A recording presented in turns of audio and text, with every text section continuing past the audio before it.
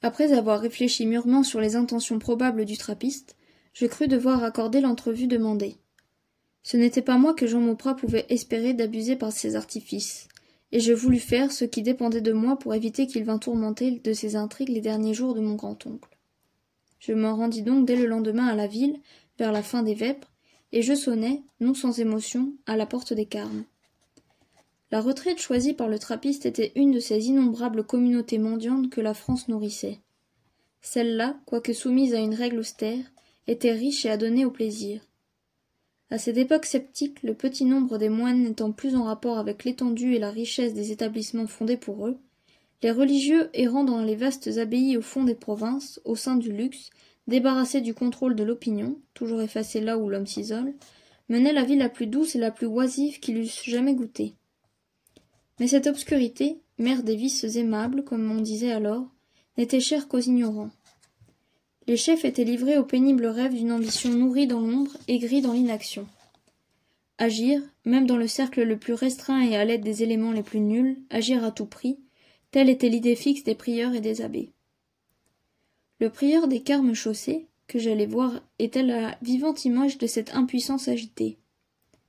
Cloué par la goutte dans son grand fauteuil, il m'offrit un étrange pendant à la vénérable figure du chevalier, pâle et immobile comme lui, mais noble et patriarcal dans sa mélancolie. Le prieur était court, gras et plein de pétulance.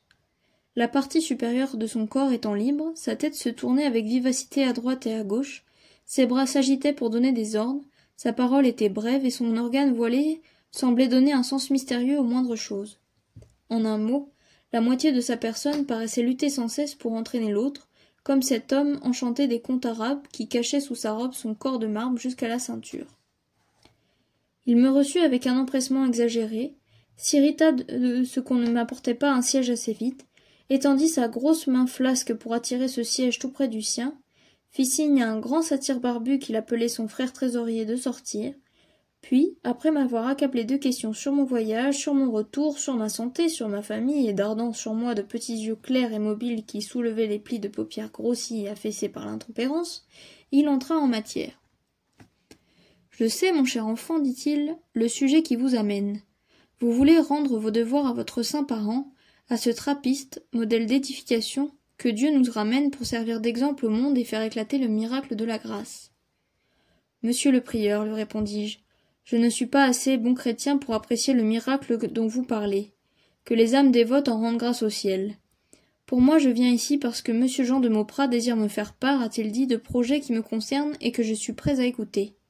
Si vous voulez permettre que je me rende près de lui, je n'ai pas voulu qu'il vous vît avant moi, jeune homme, s'écria le prieur avec une affectation de franchise, et en s'emparant de mes mains, que je ne sentais pas son dégoût dans les siennes. J'ai une grâce à vous demander au nom de la charité, au nom du sang qui coule dans vos veines. Je dégageai une de mes mains et le prieur, voyant l'expression de mon mécontentement, changea sur le champ de langage avec une souplesse admirable. Vous êtes homme du monde, je le sais. Vous avez à vous plaindre de celui qui fut Jean de Mauprat et qui s'appelle aujourd'hui l'humble frère Jean Népomucène. Mais si les préceptes de notre divin Maître Jésus-Christ ne vous portent pas à la miséricorde, il est des considérations de décence publique et d'esprit de famille qui doivent vous faire partager mes craintes et mes efforts. Vous savez la résolution pieuse mais téméraire qu'a formée frère Jean. Vous devez vous joindre à moi pour l'en détourner, et vous le ferez, je n'en doute pas. Peut-être, monsieur, répondis-je froidement, mais ne pourrais-je vous demander à quel motif ma famille doit l'intérêt que vous voulez bien prendre à ses affaires? À l'esprit de charité qui anime tous les serviteurs du Christ, répondit le moine avec une dignité fort bien jouée. Retranché derrière ce prétexte, à la faveur duquel le clergé s'est toujours immiscé dans tous les secrets de famille, il lui fut aisé de mettre un terme à mes questions, et sans détruire le soupçon qui combattait contre lui dans mon esprit, il réussit à prouver à mes oreilles que je lui devais de la reconnaissance pour le soin qu'il prenait de l'honneur de mon nom. Il fallait bien voir où il voulait en venir, et ce que j'avais prévu arriva. Mon oncle Jean réclamait de moi la part qui lui revenait du fief de la Roche-Mauprat, et le prieur était chargé de me faire entendre que j'avais à opter entre une somme assez considérable à débourser, car on parlait du revenu arriéré de mes 7 années de jouissance, outre le fonds d'une 7e de propriété, et l'action insensée qu'il prétendait faire, et dont l'éclat ne manquerait pas de hâter les jours du vieux chevalier, et de me créer peut-être d'étranges embarras personnels. Tout cela me fut insinué merveilleusement sous les dehors de la plus chrétienne sollicitude pour moi, de la plus fervente admiration pour le zèle du trappiste, et de la plus sincère inquiétude pour les effets de cette ferme résolution. Enfin, il me fut démontré clairement que Jean Mauprat ne venait pas me demander des moyens d'existence, mais qu'il me fallait le supplier humblement d'accepter la moitié de mon bien pour l'empêcher de traîner mon nom et peut-être ma personne sur le banc des criminels. J'essayai une dernière objection. Si la résolution du frère Népomucène, comme vous l'appelez, monsieur le prieur, est aussi bien arrêtée que vous le dites, si le soin de son salut est le seul qu'il ait en ce monde, expliquez-moi comment la séduction des biens temporels pourrait l'en détourner. Il y a là une inconséquence que je ne comprends guère. Le prieur fut un peu embarrassé du regard perçant que j'attachai sur lui, mais se jetant au même instant dans une de ces parades de naïveté qui sont la haute source des fourbes, « Mon Dieu, mon cher fils, s'écria-t-il, vous ne savez donc pas quelles immenses consolations la possession des biens de ce monde peut répandre sur une âme pieuse? Autant les richesses périssables sont dignes de mépris lorsqu'elles représentent de vains plaisirs, autant le juste doit les réclamer avec fermeté, comme elle lui assure le moyen de faire le bien.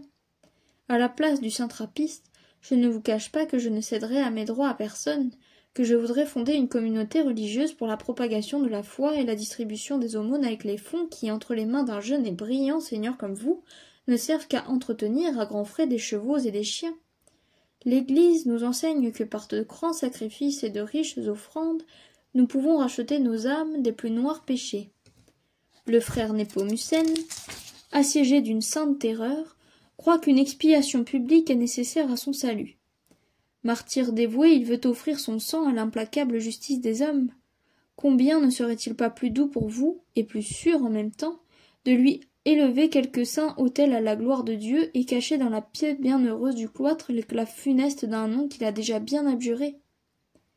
Il est tellement dominé par l'esprit de la trappe, il a pris un tel amour de l'abnégation, de l'humilité, de la pauvreté, qu'il me faudra bien des efforts et bien des secours d'en haut pour le déterminer à accepter cet échange de mérite. C'est donc vous, monsieur le prieur, qui vous chargez, par bonté gratuite, de changer cette funeste résolution? J'admire votre zèle et je vous en remercie, mais je ne pense pas que tant de négociations soient nécessaires. Monsieur Jean de Mauprat réclame sa part d'héritage, rien n'est plus juste. Et lors même que la loi refuserait tout droit civil à celui qui n'a dû son salut qu'à la fuite, ce que je ne veux point examiner, mon parent peut être assuré qu'il n'y aurait jamais la moindre contestation entre nous à cet égard, si j'étais libre possesseur d'une fortune quelconque. Mais vous n'ignorez pas que je ne dois la jouissance de cette fortune qu'à la bonté de mon grand-oncle, le chevalier Hubert de Mauprat, qu'il a assez fait en payant les dettes de la famille qui absorbaient au-delà des fonds, que je ne puis rien aliéner sans sa permission, et que je ne suis réellement que le dépositaire d'une fortune que je n'ai pas encore acceptée. Le prieur me regarda avec surprise, et comme frappé d'un coup imprévu, puis il sourit d'un air rusé et me dit « Fort bien, il paraît que je m'étais trompé, et que c'est à monsieur Hubert de Mauprat qu'il faut s'adresser. Je le ferai, car je ne doute pas qu'il ne me sache très bon gré de sauver à sa famille un scandale qui peut avoir de très bons résultats dans l'autre vie pour un de ses parents, mais qui à coup sûr peut en avoir de très mauvais pour un autre parent dans celle-ci. J'entends, monsieur, répondis-je. C'est une menace. Je répondrai sur le même ton. Si monsieur Jean de Mauprat se permet d'obséder mon oncle et ma cousine, c'est à moi qu'il aura affaire, et ce ne sera pas devant les tribunaux que je l'appellerai en réparation de certains outrages que je n'ai point oubliés.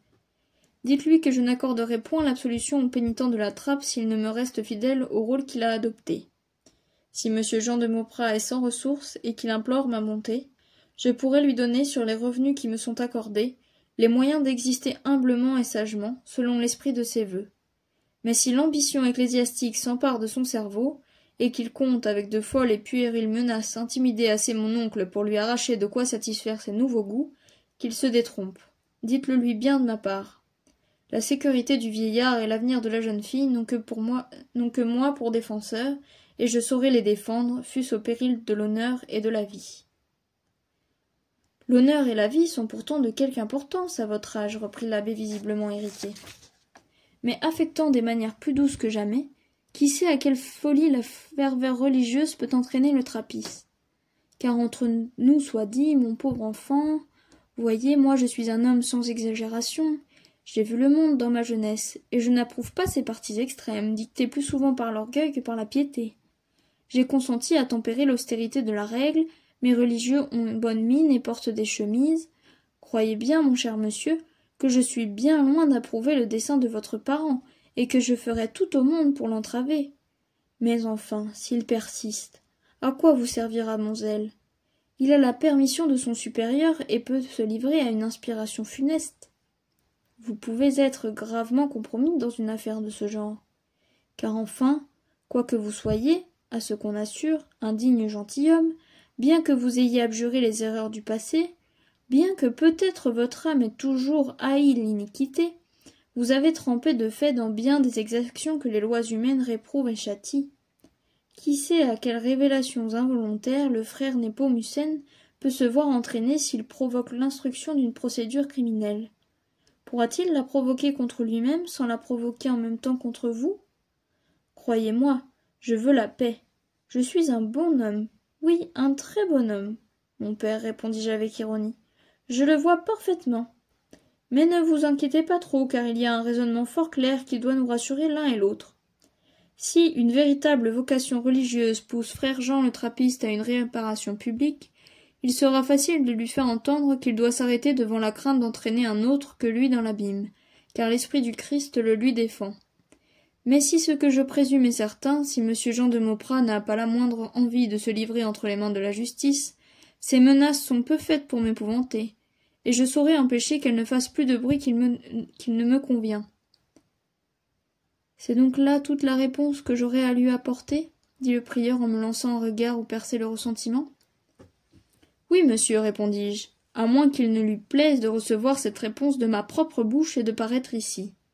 Je suis venu déterminé à vaincre le dégoût que sa présence m'inspire, et je m'étonne qu'après avoir manifesté un si vif désir de m'entretenir, il se tienne à l'écart quand j'arrive. Monsieur, reprit le prieur avec une ridicule majesté, mon devoir est de faire régner en ce lieu saint la paix du Seigneur. Je m'opposerai donc à votre entrevue, qui pourrait amener des explications violentes. Vous êtes beaucoup trop facile à effrayer, monsieur le prieur, répondis-je. Il n'y a lieu ici à aucun emportement. Mais comme ce n'est pas moi qui ai provoqué ces explications, et que je me suis rendu ici par pure complaisance, je renonce de grand cœur à les pousser plus loin et vous remercie d'avoir bien voulu servir d'intermédiaire. Je le saluai profondément et me retirai.